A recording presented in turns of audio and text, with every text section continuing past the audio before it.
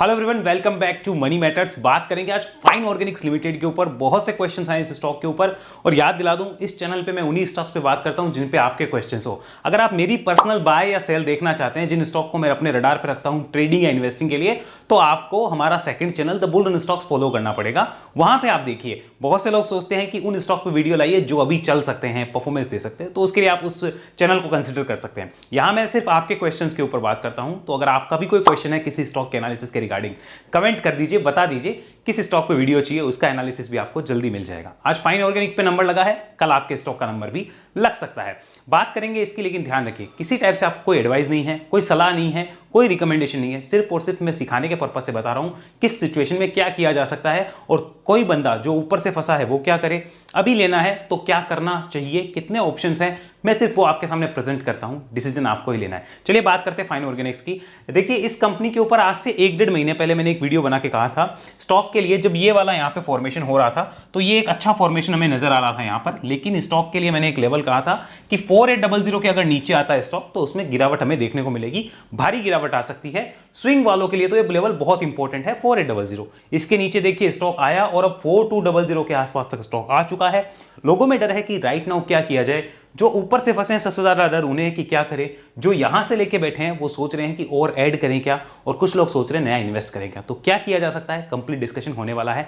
करते हैं इस वीडियो की शुरुआत। सबसे पहले देखते हैं इस कंपनी के फंडामेंटल। तो अब करते हैं इसका फंडामेंटल एनालिसिस। लेकिन बता दूं ये कंपनी करती क्या है। ओलियो केमिकल एडिटिव्स जो है वो कंपनी बनाती है, जिनका यूज डिफरेंट इंडस्ट्रीज में होता है, जो भी आपको मैं दिखाऊंगा। और इसके कस्टमर लिस्ट में आप देख सकते हैं ये इतने बड़े बड़े नाम जो है वो जुड़े हुए हैं, जिसके अंदर Asian paint, Britannia, Coca Cola, ये सारी बड़ी कंपनियां हैं जो आती है। अब ये कहां काम आते हैं इसके केमिकल्स या ओलियो केमिकल जो है वो कहां काम आते हैं? फूड इंग्रेडिएंट में, पॉलीमर एडिटिव्स में, पर्सनल केयर में, और बाकी जो आपको दिख रहे हैं फीड, कोटिंग स्पेशलिटी में, और अदर इंग्रेडिएंट होते हैं जो कि डिफरेंट टाइप की इंडस्ट्री को सर्व करते हैं। तो ये इसका बेसिक लेवल नेचर है कि ये बिजनेस किस टाइप का करती है, वो आपको पता होना चाहिए।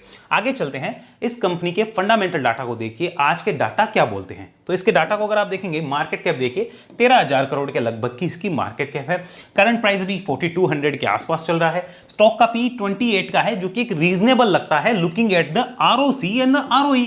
ये मतलब ऐसे नहीं कह सकते कि ज्यादा पी है, नॉर्मल पी है, बिल्कुल भी ज्यादा हम नहीं कह सकते इस टाइप की आरओसी और आरओई वाली कंपनी के लिए। प्रमोटर्स की होल्डिंग यहां पे अच्छी मानी जाएगी, डेट फ्री कंपनी है, ये भी अच्छा पॉइंट है। यहां पे बात कर ली जाए, प्रमोटर्स की होल्डिंग टोटली अनप्लेस्ड है, वेरी गुड। प्रॉफिट की ग्रोथ ने एक नेगेटिव साइन दिया है, this is not good, not good and not good. इसमें दिक्कत है, ये प्रॉब्लम क्रिएट कर रहा है। Market cap to sales 5 times है, जो कि थोड़ा बहुत ओवर वैल्यूएशन का तड़का तो दिखाती है, मैं मानना होगा। पीजी रेशियो यहां पे 0.63 है, जो दिखाता है कि कंपनी में अभी ग्रोथ के चांसेस हैं, और यहां पर ये स्टॉक को कंसिडर किया जा सकता है अगर अच्छे प्राइस पे मिले तो ये हमें पता चली चीजें। साथ में एक चीज और देखिए, यहां पे कंपनी का इंडस्ट्री का पी देखिए और खुद का पी देखिए, तो इसको ओवर वैल्यूड तो हम आज की डेट में नहीं कह सकते, मैं मानना होगा। हाँ, ग्रोथ आएगी या नहीं आएगी वो बात करेंगे। साथ में असेट टर्नओवर देखिए 2 का है, यानी कंपनी 1 रुपए का असेट लगाकर 2 रुपए का टर्नओवर जनरेट करती है, ये उसकी कैपेबिलिटी है, जो कि अच्छा माना जाएगा, फेयर माना जाएगा। आगे चलते हैं, नेक्स्ट देखिए, इस कंपनी की एवरेज जो पी रही है अभी तक की, जो प्राइस टू अर्निंग रेशियो है, यहां पे देखिए 41 का रहा है मीडियन पी पिछले 5 सालों का, अगर मैं एनालिसिस करूं। हालांकि इसको लिस्टिंग हुए शायद 4 साल के लगभग हुआ है, फिर भी आप देखिए 41 का रहा है। कंपनी का जो अभी पी चल रहा है वो 28 के आसपास जो है वो नजर आ रहा है हमें। ध्यान रखिए, ये पी 2018 के आसपास आया था। इवन जो कोविड का क्रैश था उसमें भी आप देखिए इतना कम पी नहीं आया था, यानी उस वैल्यूएशन के नीचे भी स्टॉक हमें अवेलेबल है। तो इसका मतलब क्या ये है कि जाते ही बाय कर लो? नहीं, बहुत सी चीजें देखनी होगी, सिर्फ एक चीज को डिसीजन मेकिंग में काम नहीं लेते। आगे देखिए, इसके क्वार्टर रिजल्ट्स, यहां पे हमें एक चीज नोट करनी होगी। कंपनी के क्वार्टर रिजल्ट को देखिए, कंपनी के क्वार्टर रिजल्ट में ग्रोथ मिसिंग है, और इवन यहां पर पिछले 3 क्वार्टर से कोई खास रिजल्ट जो है वो कंपनी पोस्ट नहीं कर पा रही है। अब आप इसको देखिए, मार्जिन इस क्वार्टर में यहां पे अच्छे मेंटेन हुए थे मार्च के अंदर, तो एक अच्छा प्रॉफिट कंपनी ने पोस्ट किया था, जो आपको दिख रहा है। सितंबर क्वार्टर का रिजल्ट आ चुका, 103 करोड़ का कंपनी ने प्रॉफिट पोस्ट किया है विद 24% मार्जिन। तो क्या ये कंपनी बेकार है क्या? नहीं है, कंपनी बहुत बढ़िया है। इतना 500 करोड़ का टर्नओवर करके आपको 100 करोड़ कमा के दे रही है। वो दूसरी कंपनियों की तरह थोड़ी है 13,000 करोड़ करके 1% का रेवेन्यू लाए, वैसे थोड़ी है, ये जबरदस्त है। तो यहां पे हमें समझना होगा कंपनी का जो बिजनेस है वो बढ़िया है। प्रॉफिटेबिलिटी अच्छी है, लेकिन वैल्यूएशन और चार्ट क्या बोलते हैं वो हमें देखना होगा। तो यहां पे हमें पता चला, अगर आप पीछे जाएंगे तो दिखेंगे कंसिस्टेंटली ग्रोथ आ रही थी, यहां से देखिए ग्रोथ मिसिंग होनी शुरू हुई। ये टॉप लगा था इसका सितंबर 22 में, वहां से देखिए ग्रोथ मिसिंग हुई, उस टाइम पे 200 करोड़ का प्रॉफिट हुआ। उसके बाद डाउन साइड के टेरिटरी में कंपनी का प्रॉफिट और सेल्स दोनों चले गए। मार्जिन जो है कंपनी 25% के आसपास एवरेज मेंटेन कर रही है, आप मान के चल सकते हो। तो अच्छी कंपनी है, बढ़िया मार्जिन मेंटेन हो रहे हैं ऑपरेटिंग प्रॉफिट पे, और यहां पे कंपनी अच्छी लगती है। ये पता चल गया, प्रॉफिटेबिलिटी है, दिक्कत नहीं है, ये लॉस मेकिंग कंपनी नहीं है, इतना हमें पता चला। आगे चलिए, अगर ईयरली P&L को देखा जाए तो कई सालों की ग्रोथ देखिए। 2019 में जहां एक साल का प्रॉफिट 136 करोड़ था, अभी वो एक क्वार्टर का लगभग हो गया है। ऐसे ही अगर आप देखेंगे यहां पर अभी प्रॉफिट्स की संभावनाएं कैसी है, ट्रेलिंग 12 मंथ के हिसाब से 459 का, और लास्ट ईयर इस कंपनी ने 618 करोड़ का प्रॉफिट जो वो सेव किया है, बचाया है कंपनी के। लेकिन ट्रेलिंग 12 मंथ की सेल्स डाउन है, तो इस वजह से उसी हिसाब से इसकी पिटाई भी होनी लाजमी है, और वो होती है। मार्केट को ग्रोथ मिसिंग लगेगी, market will definitely punish you, तो वो होता हमें दिख रहा है। लेकिन इसका मतलब क्या ये है कि हमें तब पनिश होती रहेगी? ऐसा भी नहीं है, तो वो भी हमें चार्ट पे पता चलेगा। तो क्या इसका मतलब ये है भी बाय कर लिया जाए या सेल कर दिया जाए? वो सारी बातें चार्ट पे, ये सिर्फ जनरल चीजें हैं जो हमें समझनी होती है। आगे चलिए, कंपनी की अगर बैलेंस शीट को और यहां पे इसकी ग्रोथ को देखें तो हमें और चीजें पता चलेगी। सेल्स ग्रोथ देखिए इसकी 5 साल की, 3 साल की और 1 साल की अच्छी कहेंगे। पिछले 1 साल में मिसिंग है, लेकिन 5 साल और 3 साल की अच्छी ग्रोथ है। ये 3 साल की जो ग्रोथ है काफी ज्यादा है, तो आने वाले 2 साल अब जो नीचे होती है वो माइनस होती है, क्योंकि वो एडजस्ट होती है। कोई भी कंपनी के लिए हमेशा बढ़ते रहना संभव नहीं है, ना उसकी सेल्स बढ़ेगी, ना ही उसके हमेशा प्रॉफिट्स बढ़ते रहेंगे। तो देखिए 5 साल के प्रॉफिट अच्छे हैं, 3 के अच्छे हैं, यहां पर देखिए माइनस आने शुरू हो गए। और जो उम्मीद रहती है कि हर बार ऐसा होता है कि अगर आपके पिछले 3-5 साल के प्रॉफिट्स बहुत जबरदस्त है, सेल्स बहुत जबरदस्त है, रिटर्न्स भी बहुत जबरदस्त है, तो आने वाले 2-3 साल शायद आप खड़े हो जाओ, कंसोलिडेट करो और नीचे की साइड जाते रहो। तो ये होता है, कोई बड़ी बात नहीं है। आगे चलिए, कंपनी के अगर स्टॉक प्राइस CAGR और रिटर्न ऑन इक्विटी को देखिए, इक्विटी पे रिटर्न देखिए, शानदार है, शानदार है, शानदार है, खराब हो ही नहीं सकता। ये बुक्स में होता है, रियल में आप कहां से कमाते हो वो रिटर्न यहां होता है। तो 3 साल 5 साल का देखियो, एवरेज प्राइस CAGR बहुत बढ़िया है, लेकिन पिछले 1 साल में ये एडजस्ट होने को आ गया है। तो एवरेज होगा, एडजस्ट बैठेगा, तो यहां पर ये हमें पता चल गई, ये भी डिटेल।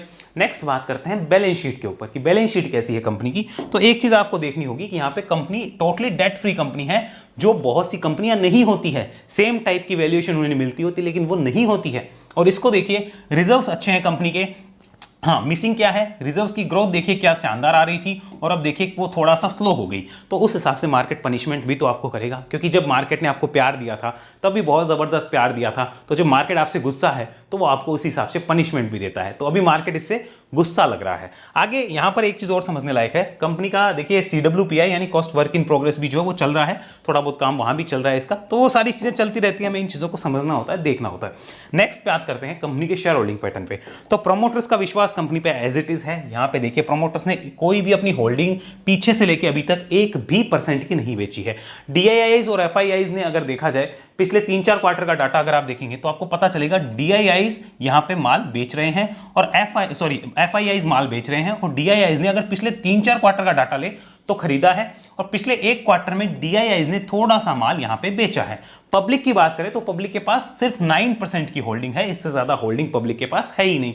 एक इंटरेस्टिंग डाटा आप देखिए कि जब स्टॉक नीचे के भाव पे था तब देखिए 38,000 लोगों के पास इस कंपनी के शेयर्स थे, रिटेलर के पास, जो बढ़ते गए बढ़ते गए बढ़ते गए बढ़ते गए और बढ़ते ही जा रहे हैं। देखिए जब शेयर नीचे होता है तो कितने कम लोगों के पास होता है, और जैसे जैसे शेयर ऊपर जाता है तो रिटेलर्स देखिए कैसे होल्डिंग बढ़ानी शुरू करते हैं। तो 1,35,252 लोगों के पास इस कंपनी के शेयर्स हैं। सारे डाटा अवेलेबल रहते हैं यहाँ पे। तो जब शेयर नीचे होता है तब कोई नहीं लेता, यहाँ पे किसी ने नहीं लिया, यहाँ पे नहीं लिया, और अच्छी कंपनियों को बुरे समय में लिया जाता है। अब कई कंपनियां होती ही बुरी है और उनका बुरा समय आता है तो कहते हैं ले क्या, क्योंकि कंपनी को तो नीचे लिया जाता है। ऐसे नहीं होता है, कंपनी का ट्रैक रिकॉर्ड देखा जाता है। अच्छी कंपनियों को बुरे समय में लो, वो कंपनियां आपके लिए अच्छा समय क्रिएट करेगी। बुरी कंपनी को बुरे समय में लोगे तो वो कंपनियां हर बार बुरा समय ही क्रिएट करेगी। ध्यान रखिए इन बात का। तो ये क्लियर हुआ आपको यहाँ पे।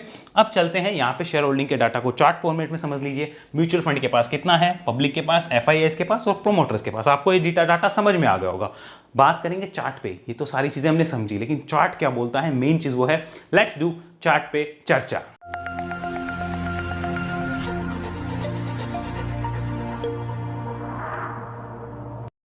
तो अब आ गया हमारे सामने फाइन ऑर्गेनिक का वीकली चार्ट। यहाँ पे आप डाटा देखिए, पहले इसकी पूरी हिस्ट्री समझ लीजिए कि हिस्ट्री क्या रही है। देखिए इसकी लिस्टिंग के बाद से कंपनी लगातार तेजी में ही रही थी। बीच में इसने 40% की गिरावट करी, 35% की करी, 24 की करी, 28 की करी, और अभी जो गिरावट हुई है वो लगभग 45% की स्टॉक ने गिरावट कर दी है। तो अब क्या किया जा सकता है वो सारी चीजें हमें समझनी है। चलिए इस गिरावट के डाटा को हम हटाते हैं और हटाकर पूरी जानकारी लेते हैं। देखिए कितनी गिरावटें रही है, ये 24% की गिरावट थी, और यहां पर देखिए ये वाली गिरावट जो थी वो कितनी थी, वो 35% के लगभग की थी, और इससे पहले कोविड वाले क्रैश की गिरावट जो है वो 40% के लगभग थी। तो हमें ये पता चला कि स्टॉक एक अप ट्रेंड की जर्नी में ही था।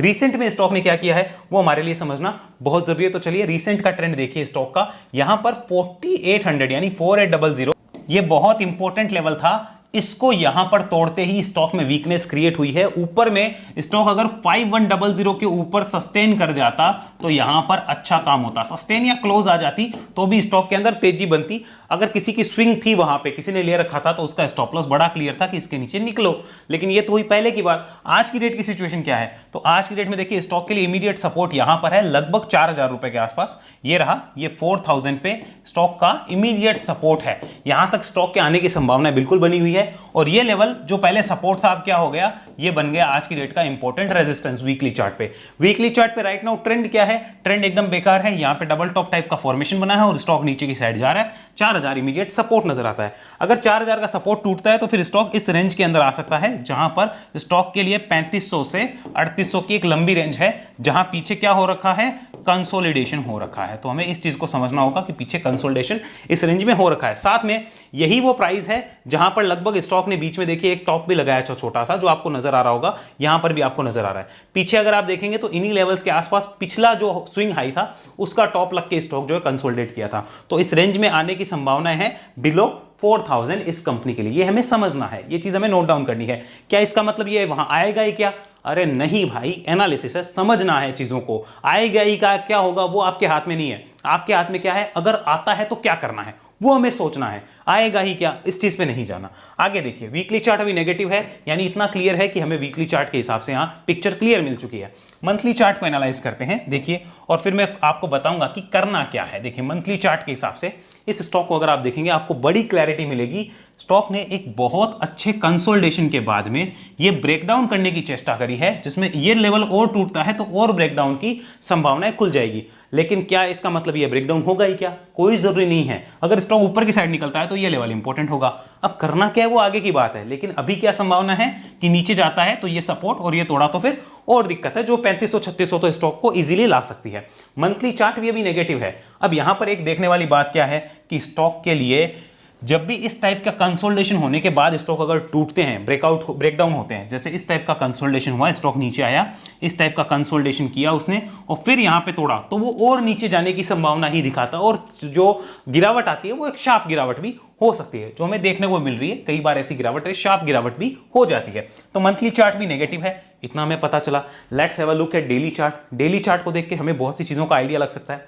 ये डेली चार्ट आपके सामने लोड हो जाए, क्योंकि कई चीजें हैं ना वो आपको मंथली पे क्लियर नहीं होती, बट डेली पे इजीली क्लियर हो जाती है। तो ये हम डेली चार्ट अभी आपके सामने कन्वर्ट कर देते हैं। देखिए मैंने आपके सामने ये लगाया डेली चार्ट। ये देखिए डेली चार्ट पे बात करते हैं। ये देखो कितना बढ़िया इंडिकेशन था कि इस लेवल के नीचे आप निकल सकते हो। यहां पर जिसने नहीं निकला उसके लिए देखो ये हालत हुई, और ये हमें परिणाम देखने को मिल जाते हैं। तो लेवल्स की इंपॉर्टेंस को हमें समझना है, और ऊपर के साइड में अगर इन लेवल्स के ऊपर स्टॉक सस्टेन कर जाता, ये जो लेवल्स हैं इनके ऊपर अगर सस्टेन करता तो तेजी बनती। किसी की ट्रेडिंग थी तो उसके लिए ये लेवल इंपॉर्टेंट था, और गिरावट के बाद यहां पे सिचुएशन जो वो इस लेवल तक आने की फिलहाल हमें दिख रही है। तो डेली चार्ट भी बता रहा है कि यहां पे नीचे आने की संभावना ही ज्यादा नजर आ रही है, तो ये हमें नोट डाउन करके रखना होगा। साथ में मैंने यहाँ पे एक लाइन लगा दी जो है हमारी 200 डेज की लाइन। देखिए अगर आप इसको ध्यान से देखना चाहें, अगर आप थोड़ा सा इसको ध्यान से देखेंगे, बहुत सी चीज़ें आपको जो है वो क्लियर हो जाएगी। देखिए इसको आप ध्यान से समझिए। मैं यहाँ पर आपके लिए ड्राइंग्स को हाइड करता हूं, खाली ये मैंने लगा के रखा है ईएमए लाइन। इसको ध्यान से देखिए। स्टॉक लिस्टिंग के बाद इन लेवल्स के नीचे सिर्फ एक बार कोविड के टाइम आया, उसके बाद वापस ऊपर आके रिकवरी किया, अगेन एक नीचे आया, फिर ऊपर आके रिकवरी किया, और देखो कितना बढ़िया रेस्पेक्ट मिल रहा था इसको। अब क्या कर रहा है, इसको तोड़ा। यहाँ पे तोड़ने के बाद क्या हो रहा है, यहाँ पर इसके ऊपर आके सस्टेन नहीं कर पा रहा है। अपने को क्या चाहिए, इस लाइन के ऊपर क्या चाहिए, सस्टेन करे, तब जाके स्टॉक के अंदर मूव बनेगा। तब तक कोई मूव नहीं नजर आ रहा। तो ये जब एकदम नेगेटिव है, उस दरमियान अगर हम बाय कर रहे हैं बिना किसी स्टॉप लॉस के स्विंग ट्रेडिंग में या इन्वेस्टमेंट में, तो हमें रेडी रहना है कि बॉटम तो बनानी है। इसका मतलब और नीचे भी आ सकता है। क्लियर है ये बात? अब बात करते हैं करना क्या है, क्योंकि इन सारी बातों के बाद मेन आएगी बात करना क्या है, किया क्या जाए, वो सारी चीज इंपॉर्टेंट है। वीकली चार्ट पे चलते हैं, have a look at weekly chart. ध्यान से आपको देखना होगा अभी क्या किया जा सकता है। मैं अपनी तरफ से पूरी कोशिश करूंगा कि आपको समझा दूं। देखिए सिंपल सी बात है, मैं मान के चलता हूं कोई ऑलरेडी इन्वेस्टेड है, यहां से कोई ऑलरेडी इन्वेस्टेड है। ऑलरेडी अगर आप इन्वेस्टेड हो क्या कर सकते हो, मैं ऑप्शंस देता हूं आपको, डिसाइड आपको करना है। सबसे पहली चीज, फंडामेंटल कैसे हैं कंपनी के, अच्छे हैं, बढ़िया है, फंडामेंटल कोई खराब नहीं है। टेक्निकल कैसे हैं, नेगेटिव है। तो टेक्निकल जब नेगेटिव है और अगर आप ऊपर से लेकर फंसे हो, मानो आप कह रहे हो कि मैं फंस गया ऊपर लेके, अब क्या करूं, तो टेक्निकल नेगेटिव है, तो अब आपको एक चीज डिसाइड करनी है, टाइम और दे सकते हो, प्राइस वाइज करेक्शन और देख सकते हो तो ठीक है, क्योंकि अगर ये नीचे मिलता है आपको यहां पर, तब आप क्या कर सकते हो, इसको एसआईपी मोड में एक्यूमुलेट कर सकते हो, अगर कंपनी पे आपको भरोसा है, टिकना है तो। या फिर अगर आप कह रहे हो नहीं मेरे को और पैसा नहीं लगाना, मैं बैठना है आराम से, तो आराम से बैठो, फिर साल 2 साल बाद जब भी आपके भाव मिले, कभी भी 6 महीने, साल, 2 साल बाद, तो आप उसको बेच के निकल ही सकते हो, कोई ऑप्शन नहीं बचता, क्योंकि आप ऊपर लेके फंस चुके हो। तो ये ऑप्शन आपके पास, नीचे के भाव पे एवरेज करना बेटर होगा। अभी एवरेजिंग नहीं करी जा सकती, एसआईपी मोड में एक्यूमुलेट किया जा सकता है, क्योंकि ये गिरावट और गहरा सकती है, 4000 के आसपास तो आनी दिखती है, इसके नीचे और गिरावट होगी। तो बेटर होगा कि जब हमारे पास क्लियर नहीं है क्या बॉटम बना, क्या हमारे पास बॉटम बनने की इंडिकेशन है, जी नो, हमारे पास इंडिकेशन नहीं है। तो इंडिकेशन नहीं है, उसके बाद अगर हम पैसे लगा रहे हैं तो इसका मतलब क्या है, और नीचे जाएगा तो फिर हमें दुख नहीं होना चाहिए, सिंपल सी बात यह है। और अगर और नीचे जा रहा है फिर दुख हो रहा है, तो बॉटम बनने के बाद पैसे लगाना सीखो, ऐसे मत लगाओ। अब वो बॉटम कैसे बनता है, उसके इंडिकेशन कैसे आते हैं, उसके लिए आपको सीखना पड़ेगा, वेव एनालिसिस में आओ, सीखो, सारी चीजें समझो। यहां कोई 1 मिनट में तो समझा नहीं सकते आपको, तो आपको वो सारी चीज समझनी होगी। आगे चलिए सेकंड बात करते हैं, यहां पे कोई फ्रेश इन्वेस्टमेंट कर सकता है क्या, देखो फ्रेश इन्वेस्टमेंट किया जा सकता है क्या, सिंपल मेरा क्वेश्चन होगा। फंडामेंटल कैसे, ओके, टेक्निकल कैसे, नो। थर्ड क्वेश्चन, बॉटम बना क्या, अगेन क्वेश्चन, बॉटम बना क्या, ये मेरा क्वेश्चन आपसे। आपका आंसर है नो, नहीं बना, उसके इंडिकेशन नहीं है यहाँ पे बॉटम बनने के। तो अब किया क्या जाए, कंपनी तो अच्छी है, फंडामेंटल अच्छे हैं, सही प्राइस पे मिल रही है, लूं या ना लूं, सिंपल सी बात है।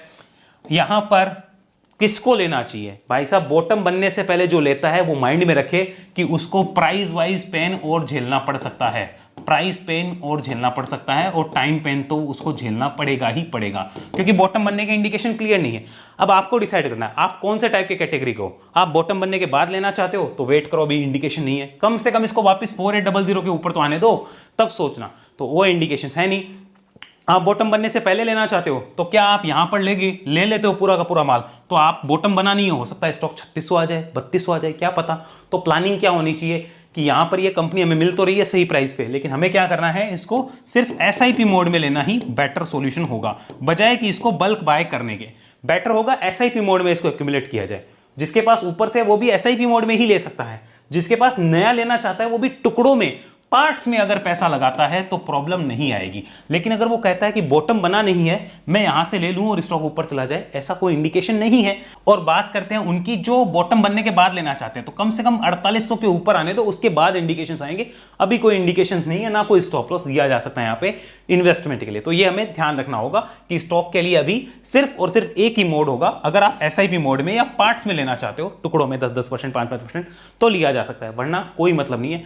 लंबा टाइम और लंबा प्राइस करेक्शन देखने को मिलेगा, ये ध्यान रखिए। बात करते हैं कोई स्विंग ट्रेड अपॉर्चुनिटी है क्या, कई स्विंग ट्रेडर भी होते हैं ना, तो सिंपल सी बात है, यहां पे आंसर है नो।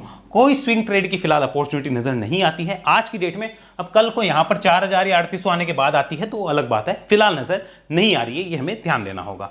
अब किसके लिए बेटर हुआ ये स्टॉक, किसके लिए हुआ, ध्यान से सुनो। उसके लिए जो इसको एसआईपी मोड में ले सकता है या पार्ट्स में ले सकता है, एसआईपी मोड या पार्ट्स में ले सकता है, प्लस प्राइस वाइज या टाइम वाइज करेक्शन दोनों, प्राइस और टाइम वाइज पेन जो है वो झेलने को तैयार है उसके लिए। क्योंकि स्टॉक के लिए जिस हिसाब से कंटिन्यूअस रन बुलिश साइड रहा है, स्टॉक इतनी अच्छी परफॉर्मेंस करे ना करे, यहां पे चार्ट नेगेटिव होने के बाद और डाउन साइड देखने को मिलने की संभावना रहेगी। तो किसके लिए बेटर है, अगर एसआईपी मोड में पार्ट्स में लेना चाहते हो, प्राइस वाइज और टाइम वाइज पेन झेल सकते हो तो जाओ। यानी आपने क्लियर किया कि मैं साल भर इसको एसआईपी मोड में धीरे धीरे एक्यूमुलेट करूंगा और फिर साल 2 साल इसमें बैठने को मैं तैयार हूं, तब उसके लिए बढ़िया है। जो सोच रहा है आज लेके कल कमा लूं, इंडिकेशन तो नहीं है, कमा लो तो आपको बहुत बहुत शुभकामनाएं। तो ये हमें क्लियर करना होगा कि फाइन ऑर्गेनिक बोल क्या रहा है।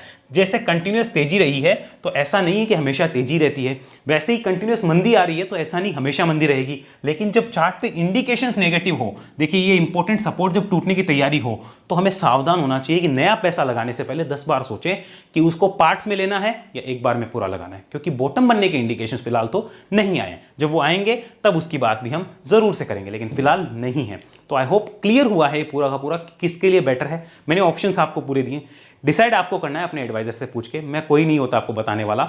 मेरा फिलहाल इसमें कोई भी इन्वेस्टमेंट का प्लानिंग नहीं है। स्विंग ट्रेडिंग दिखेगी तो मैं जरूर जा सकता हूं, फिलहाल अभी इन्वेस्टमेंट की कोई प्लानिंग नहीं है। अगर मेरे पास पैसा होता तो एसआईपी मोड में मैं जरूर सोचता, वो भी 4000 आने के बाद या उसके पास आने के बाद। फिलहाल मैं वेट करना ज्यादा प्रेफर करता। ऐसी एनालिसिस अगर आप भी सीखना चाहते हैं, वेब एनालिसिस में आइए, जहां आप 1-to-1 मेरे साथ सीखेंगे और फिर लाइफ टाइम हमारे ट्रेनिंग्स ग्रुप का पार्ट बन के रहेंगे। इंडिया में कोई भी शायद आपको ना तो 1-to-1 सिखाता होगा, ना उसके बाद आपको लाइफ टाइम अपने ग्रुप में रखने की कमिटमेंट देता होगा। लेकिन हमें विश्वास है हम जो कर रहे हैं उस डायरेक्शन में हमें अपने साथ एक ट्रेडर्स की उस मतलब आर्मी को लेके जाना है हमें, जो कि एक लर्न टुगेदर और अर्न टुगेदर वाले मोटो को साकार कर सके। ऐसा नहीं कि अकेले वो आगे बढ़े, लर्न टुगेदर अर्न टुगेदर का एक मोटो हम आके लेके बढ़े हैं, उसमें हम काम कर रहे हैं। बहुत सी गलतियां भी होंगी लेकिन सीख के हम आगे भी बढ़ेंगे। तो अगर आप जुड़ना चाहते हैं वेव एनालिसिस में और उस कम्युनिटी का पार्ट बनना चाहते हैं जहां पे सारे के सारे वेव एनालिस्ट जो हमारे पास बैठे हैं, उसके लिए आपको नीचे डिस्क्रिप्शन में डिटेल मिल जाएगी। आप चाहें तो इस नंबर पर कॉन्टैक्ट करके बात कर सकते हैं। मंडे टू संडे कभी भी कॉन्टैक्ट करिए, सुबह 10 से शाम को 7 तक अपना रजिस्ट्रेशन करवा सकते हैं। ध्यान रखिए सारी डिटेल डिस्क्रिप्शन में ऑलरेडी दी हुई है, अगर आप देखना चाहें तो जरूर देख सकते हैं। व्हाट्सएप ग्रुप की मेंबरशिप के लिए आपको डायमंड मेंबरशिप लेनी है, गोल्डन नहीं लेनी है। मैं फिर रिमाइंड कर रहा हूं, कई लोग गोल्डन लेते हैं वो बाद में पछताएंगे, कोई बेनिफिट नहीं है उसमें, वो डिसकंटिन्यू हो चुकी है। डायमंड मेंबरशिप आपको लेनी है, जुड़ सकते हैं व्हाट्सएप ग्रुप में। कोई बाय सेल की रिकमेंडेशन वहां नहीं आएगी, सिर्फ इंपॉर्टेंट अपडेट्स आती है या फिर आप इंपॉर्टेंट लेवल्स पूछना चाहो तो पूछ सकते हैं। साथ में उसी ग्रुप से जुड़ने के लिए लाइफ टाइम के लिए आपको ज़ेरोधा एंजल एपस्टॉक्स में अकाउंट खुलाना है, लिंक डिस्क्रिप्शन में है, और उस ग्रुप से आप लाइफ टाइम भी जुड़ सकते हैं। अगले वीडियो में मिलते हैं, तब तक के लिए धन्यवाद। और ध्यान रखिए वेव एनालिसिस की जानकारी के लिए इस नंबर पर कॉल कर सकते हैं सुबह 10 से शाम को 7 बजे तक। तब तक के लिए बहुत बहुत धन्यवाद। जय हिंद, जय भारत।